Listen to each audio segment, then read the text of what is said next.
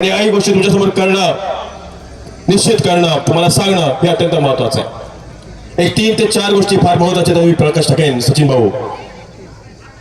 सगळ्यात अगोदर पहिला म्हणजे की आज या व्यासपीठावरती आम्हा पुरुषांच्या सोबत खांद्याला खांदा लावून त्या ठिकाणी महिला वर्ग देखील या व्यासपीठावरती बसलेला आहे. त्या महिला वर्गासाठी समोर बसलेल्या पुरुषांनी जोरदार टाळ्या वाजवा, जोरदार टाळ्या. ऐकून ते बारामतीकरांना यासाठी की आज लाडकी बहीण योजनेच्या माध्यमातून 1500 रुपयाची भीक तुम्ही आमच्या खिशात घालत असलात तरी या व्यासपीठावरती बसण्याचा समान अधिकार आदरणीय महिलांना पवार साहेबांच्या माध्यमातून मिळालेला आहे. तो तुम्ही नाही दिला. म्हणजे जर तुम्हाला खरोखरच काय करायचं असलं असतं तर तुम्ही महिलांसाठी एक वेगळं धोरण राबवलं असतं. त्यांना 1500 रुपयाची भीक नाही, त्यांना सक्षम केलं असतं, त्यांचे हात मजबूत केले असते. त्यांना सक्षमीकरणाच्या माध्यमातून या महाराष्ट्रामध्ये, या युगामध्ये, या जगामध्ये एक सक्षम महिला बनवली असती. पण ते तुमच्याकडनं नाही होणार होतं. हे फक्त पवारसाहेब करू शकतात. देशाच्या संरक्षण खात्यामध्ये, देशाच्या राजकारणामध्ये, नोकरीमध्ये, व्यवस्थेमध्ये, शिक्षणामध्ये महिलांना समान संधी, समान अधिकार दिला. तो पवारसाहेबांनी केला. याला प्रगल्भ विचार म्हणतात, याला पुरोगामी विचार म्हणतात. आणि हा पुरोगामी विचार आम्हाला बारामतीतून मिळाला याचा मला सार्थ अभिमान वाटतो, सार्थ अभिमान वाटतो. कारण तो तुमच्यामुळे मिळाला. मलाही एक लेक आहे, मला एक मुलगा आहे. माझी लेक 8वी 9वी मध्ये शिकते, माझा मुलगा 11वी मध्ये कॉलेजमध्ये जातो. पण त्याला अभिमान वाटतो. माझ्या मुलीला विचारतात त्याच्या शाळेमध्ये की तुझे वडील काय करतात, तुझे what is your father doing. तर माझी मुलगी म्हणते की माझे वडील पॉलिटिक्समध्ये आहेत. तेव्हा टीचर विचारते तिला की म्हणजे कुठे आहेत, म्हणजे कुठल्या पार्टीमध्ये आहेत, काय करतायत. तेव्हा ती म्हणते की माझे वडील NCP मध्ये आहेत. तर त्यावेळेला टीचर विचारते ओके ओके ठीक आहे. माझी मुलगी पुन्हा उभी राहते आणि सांगते माझे वडील शरद पवार साहेबांसोबत आहेत, शरद पवार साहेबांसोबत आहेत. हा माझ्या मुलीला अभिमान आहे, जी अगदी 8वी मध्ये शिकते शाळेमध्ये, तिच्याशी काही घेणं नाहीये. तो फक्त यासाठी की आज अजितदादा तुम्ही या बारामतीचं नाव महाराष्ट्रात, देशात आणि जगामध्ये अभिमानाने उंचतं. त्या बारामतीकरांच्या कपाळावरती तुम्ही कलंक लावला, गद्दारीचा कलंक लावला. लावला की नाही लावला, लावला की नाही लावला. पवार साहेबांना ज्या वेळेला ईडीच्या माध्यमातून एक साधी नोटीस आली त्यावेळेला पवार साहेब काय म्हणाले, पवार साहेब म्हणाले की मीच तुमच्या ईडीच्या कार्यालयामध्ये येतो. मी काही केलंच नाही, माझ्याकडे काहीच नाही, तर मला भीती कसली, मीच तुमच्या ईडीच्या कार्यालयामध्ये येतो. पवार साहेब घाबरले नाही, भ्यायले नाही. पवार साहेब म्हणाले की मीच बघतो. पण दादा ज्यावेळेला तुम्हाला ईडीची नोटीस येणार हे कळल्यावर तुम्ही अगदी शेपूट घातला आणि तुम्ही पसार झाले. घरदार, कुटुंब, भाऊ बहिणी, भावंड, मित्र, परिवार, महाराष्ट्रात हा बारामतीचा तुमचा मतदाता, तुमचा कार्यकर्ता, तुमचा असलेला जीवाला प्राण देणारा तुमचा हा मतदारसंघ या सगळ्या सोडून पळून गेले. की मी ज्या पवार कुटुंबात येतो तो एक स्वाभिमानी कुटुंब आहे, एक प्रामाणिक कुटुंब आहे, एक या महाराष्ट्रात निष्ठावंत कुटुंब आहे आणि या देशाला जीव देणारं कुटुंब आहे. त्या कुटुंबात मी येतो. मला माझा सार्थ अभिमान वाटला पाहिजे होता. मी सोडलं पाहिजे होतं आणि मी म्हटलं पाहिजे होतं की जेलमध्ये जाईन, शिक्षा घेईन, फासावर द्यावं, पण बारामतीकरांचा विश्वासघात करणार नाही हे म्हटलं पाहिजे होतं. पण तुम्ही हे नाही केलं. शर्मेने आमची मान खाली गेली. शर्मिंदा झालो आम्ही सचिनजी. अखंड महाराष्ट्रामध्ये आमची मान खाली गेली. थोड्या वेळ वाटलं की नाही असं काही घडलंच नाहीये, असं काही घडलंच नाही, असं काही होणारच नाहीये. पण नंतर लक्षात यायला लागलं की हो अजितदादांनी काय लागलं. ज्या वेळेला देशाचे प्रधानमंत्री एका व्यासपीठावर येतात त्यावेळेला अजितदादांना असं पाठीमागून पळावं लागतं. असं असं काय परिस्थिती आहे. लाज वाटते आम्हाला. एवढी शर्मिंदगी. पवार साहेब असताना अजितदादांचा दरारा काय होता या बारामतीमध्ये, या महाराष्ट्रामध्ये, या देशामध्ये. आणि आज अजितदादाला देशाच्या प्रधानमंत्री समोर, अमित शहा आणि मोदी समोर अशी मान खाली घालावी लागते. साहेब नमस्ते, साहेब नमस्ते. तुम्ही कोण आहे. तुम्ही पवार आहे, पवार. हे लक्षात ठेवलं पाहिजे. तुम्ही पवार आहे. ज्याच्यासमोर महाराष्ट्र आणि हिंदुस्थानी अख्खं जग झुकतं ते पवार आहेत. हे लक्षात ठेवलं पाहिजे होतं तुम्ही. वाईट साहेब ताई तुम्ही महिला, तुमच्या खात्यामध्ये मी 1500 रुपये देतो. तुमच्या खात्यात मी 1500 रुपये घातले आणि तुम्हा महिलांचा सन्मान, तुमची इज्जत, तुमची अब्रू, तुमचा अभिमान मी सगळं तुमच्याकडे हिरावून घेतलं. तुम्हाला मान्य आहे, तुम्हाला मान्य आहे ताई. आज महाराष्ट्रामध्ये भारतीय जनता पक्षाकडनं, भारतीय जनता पक्ष सरकारकडनं या महिलांच्या खात्यामध्ये 1500 रुपये घातले जातात आणि त्याच्या समोर याच महिलांचा अपमान केला जातो, यांची दिंड काढली जाते, यांची इज्जत काढली जाते, यांच्यावर अब्रू काढले जाते, यांच्या अशा लहान लहान मुलीवरती बलात्कार केला जातो. आणि काय सांगितलं जातं की आम्ही महिलांचा सन्मान करतो. बुलढाणा जिल्ह्यामधल्या मलकापूर पोलीस स्टेशनमध्ये मित्रांनो, बुलढाणा जिल्ह्याच्या मलकापूर पोलीस स्टेशनमध्ये एक भारतीय जनता पक्षाचे नेते तायडे यांनी केलेल्या गैरव्यवहाराबद्दल एक महिला, एक मुलगी त्या पोलीस स्टेशनमध्ये तक्रार करायला गेली, गुन्हा नोंदवायला गेली. एका बारामतीकरांनो, एक महिला झालेल्या गैरव्यवहाराबद्दल भारतीय जनता पक्षाचे नेते तायडे यांच्याबद्दल तक्रार करायला गेली. त्यावेळेला त्या तायडे या भारतीय जनता पक्षाच्या नेत्याने त्या महिलेच्या थोबाडीत लगावली खुल्या पोलीस स्टेशनमध्ये. हा तुमचा महिलांचा सन्मान आहे? ही तुमची लाडकी योजना आहे? अहो हे सोडा, संगमनेर सारख्या जिल्ह्यामध्ये, संगमनेर सारख्या तालुक्यामध्ये बाळासाहेब थोरात या आमच्या नेत्यांच्या कन्या जयश्री थोरात यांच्याबद्दल एक वसंत देशमुख 80 वर्षाचा माणूस काय बोलतो, या लेकीला पोरं तरी कशी झाली कळेना, नवल वाटतं की या लेकीला पोरं कशी झाली. मला पण एक आई आहे, जन्माला घातलं तिने मला, आम्ही पण 4 मुलं आहोत. एका माऊलीबद्दल, तिच्या त्या मातृत्वाबद्दल अशा प्रकारची व्याख्या नाही करणं हा आमचा सन्मान आहे महिलांचा.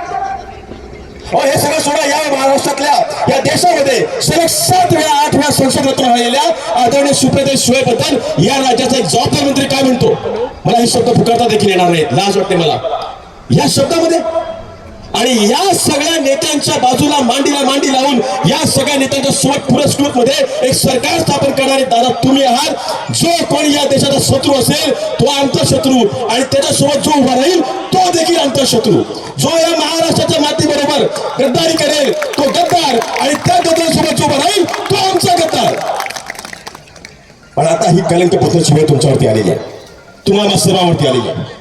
माझं एकच म्हणणं आहे, बारामतीकरांनी दाखवून द्यायचंय, महाराष्ट्राला नव्हे, देशाला नव्हे, जगाला दाखवून दाखवायचं आहे. आणि 2 लोकांना निश्चितपणाने, एक म्हणजे मोदी शाह, दुसरा म्हणजे अजितदादा पवार, त्यांना फक्त आपल्याला पराभूत नाही करायचं आहे, इतक्या प्रचंड मताने पराभूत करायचं आहे की आयुष्यात पुढे कधी शरद पवार या नावाचं नाद करणार नाही, नाद करणार नाही. आणि हा धडा यासाठी द्यायचा आहे की दादा नाही, महाराष्ट्रातला कोणी जरी उठला ना उपरचुंग्या आणि म्हणाला की अजित पवारला, आम्हाला शरद पवारला संपवायचं आहे, त्याला ना रात्रीची झोप आणि दिवसाचा रात्र वेळेला विचार झाला पाहिजे की बाबा हे मी चुकीचं स्वप्न बघितलेलं आहे, मी चुकून बोललो गेलेलो आहे. काय बोलत चंद्रकांत पाटील, भारतीय जनता पक्षाचे एक नेते काय म्हणाले मला शरद पवारला संपवायचं आहे. हे बाबाच आहे का? हे बाबाच आहे? अरे नुसतं तुझ्या तोंडावर मी काही पोचली तर तोंडाला हेल्मेट लावावं लागलं तुला, तू संपवणार. एक लक्षात ठेवा बारामतीकरांनो, ते शेवटच्या टोकापर्यंत बसलेला माझ्या प्रत्येक कार्यकर्ता सांगतो, शरद पवार महाराष्ट्राचा स्वाभिमान आहे, शरद पवार या देशाचा अभिमान आहे, आणि शरद पवार या जगामध्ये निष्ठावंताचे एकमेव नाव आहे. हे तुम्ही लक्षात ठेवलं पाहिजे, ते आपण जगवलं पाहिजे. ते खोड आहे, ते वृक्ष आहे, ते वटवृक्ष आहे, ते तुम्ही आणि आम्ही जगवलं पाहिजे. हे तुमचं आणि आमचं ध्येय असणार. आज काय केलं देवेंद्र फडणवीसांनी? आज देवेंद्र फडणवीसांनी बदलापूरमध्ये एका लहानशा 4 वर्षाच्या चिमुरडीवरती बलात्कार झाला होता. त्या बलात्कारासोबत जो कोणी आरोपी म्हणून सिद्ध होणार होता तो शाळेचा मालक हा भारतीय जनता पक्षाचा एक कार्यकर्ता आणि पदाधिकारी होता. त्याला फक्त आणि फक्त लपवण्यासाठी त्याचं नाव पुढे येऊ नये, येणाऱ्या काळामध्ये निवडणूक आहेत, इलेक्शन आहे, त्याचं नाव पुढे येऊ नये म्हणून त्या आरोपीला भरे खुल्या गोळ्या घातल्या, एन्काउंटर केलं आणि सांगितलं की आम्ही शिक्षा दिली, फाशी दिली, मौत दिली. लाज वाटते मला फडणवीस साहेब, डॉक्टर बाबासाहेब आंबेडकरांचं नाव तुमच्या तोंडात येता कामा नये. ज्यांनी या देशाला लोकशाही दिली, संविधान दिलं, एक लोकशाहीची ताकद उभी करून दिली, त्या लोकशाहीच्या देशामध्ये तुम्ही ठोकशाही दाखवता. त्या आरोपीला कचाट्यामध्ये उभं करून अखंड जगासमोर, देशासमोर शिक्षा देऊन, कानून कायदा व्यवस्थेत शिक्षा देऊन त्याला फाशी झाला पाहिजे होती. पण फक्त आणि फक्त तुमच्या लोकांना, तुमच्या नेत्यांना, तुमच्या कार्यकर्त्यांना, पदाधिकाऱ्यांना, त्या शाळेच्या मालकाला पाठी घालायचं होतं म्हणून त्याला तुम्ही ठोकलं. हे तुम्हाला सांगावं सोडत नाही. मित्रांनो, तुम्हाला एवढंच सांगतो की आज ज्या पद्धतीने वातावरण चालू आहे, ओबीसी आणि मराठा, माझे ओबीसी बांधव या ठिकाणी मोठ्या संख्येने आहेत, मराठा देखील आहेत. मराठा आणि ओबीसीला वादच नव्हता, मराठा आणि ओबीसीचा फक्त वाद लावला गेला होता.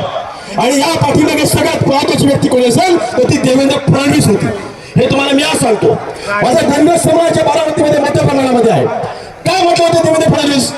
या राज्याचे उपमुख्यमंत्री ताई म्हणाले होते की ज्या वेळेला सरकार येईल पहिल्या कॅबिनेट मध्ये मी धनगरांना आरक्षण देईन. म्हटलं होतं की नाही म्हटलं सचिन भाऊ? म्हटले होते. आज पहिलं कॅबिनेट गेलं, दुसरं गेलं, तिसरं गेलं, चौथं गेलं, अनेक कॅबिनेट होऊन गेली, पण धनगर समाजाला आरक्षण देण्याचं त्या ठिकाणी एक नाव, सूत मात्र नाव देखील यांनी काढलं नाही. हे देवेंद्र फडणवीस आहेत. दादा खोटे बोलतात, मनाला येईल ते बोलतात, वाटेल ते बोलतात, पण हे देखील त्याच भारतीय जनता पक्षाचे एक नेते आहेत. हे तुम्ही आणि मी स्वतः कामाने जाता. तुम्हाला मी एक गोष्ट सांगेन. या देशाचा पंतप्रधान, मी कॅमेऱ्यामध्ये बोलतोय, ऑनलाईन बोलतोय, महाराष्ट्राचा निवडणूक आयोग देखील असेल इथे कुठेतरी, तुम्ही देखील ऐकून घ्या शेवटच्या व्यक्तीने.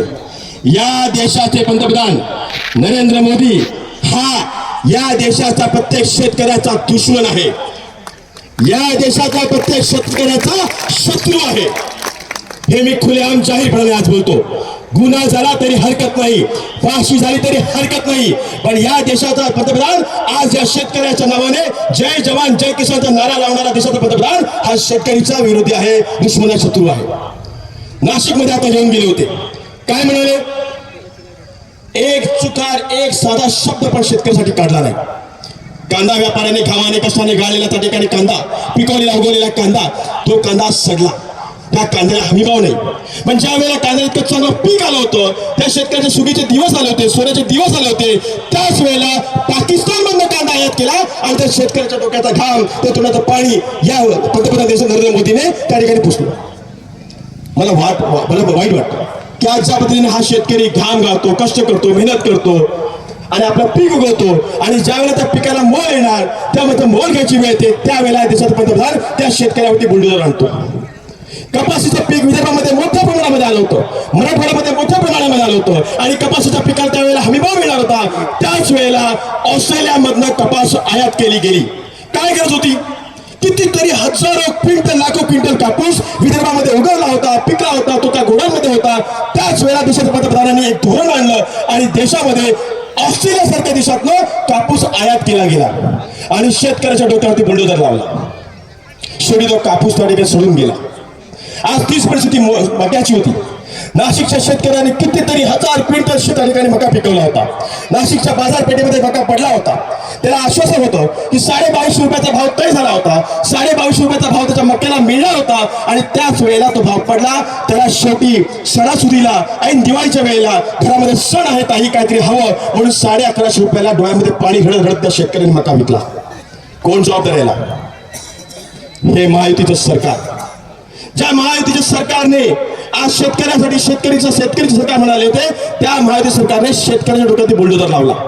या अशा प्रकारे एक गोष्ट सांगतो तुम्हाला मी, एकीकडे या देशामध्ये शेतकऱ्याला कर्ज बाजारातून मुक्त करणारा नेता, या देशाचा नेता लोकनेता आदरणीय पवारसाहेब आहेत, तर दुसरीकडे त्याच शेतकऱ्याला कर्जामध्ये बुडवणारा या देशामधला महायुतीमधला देशाचा पंतप्रधान नरेंद्र मोदी आहे.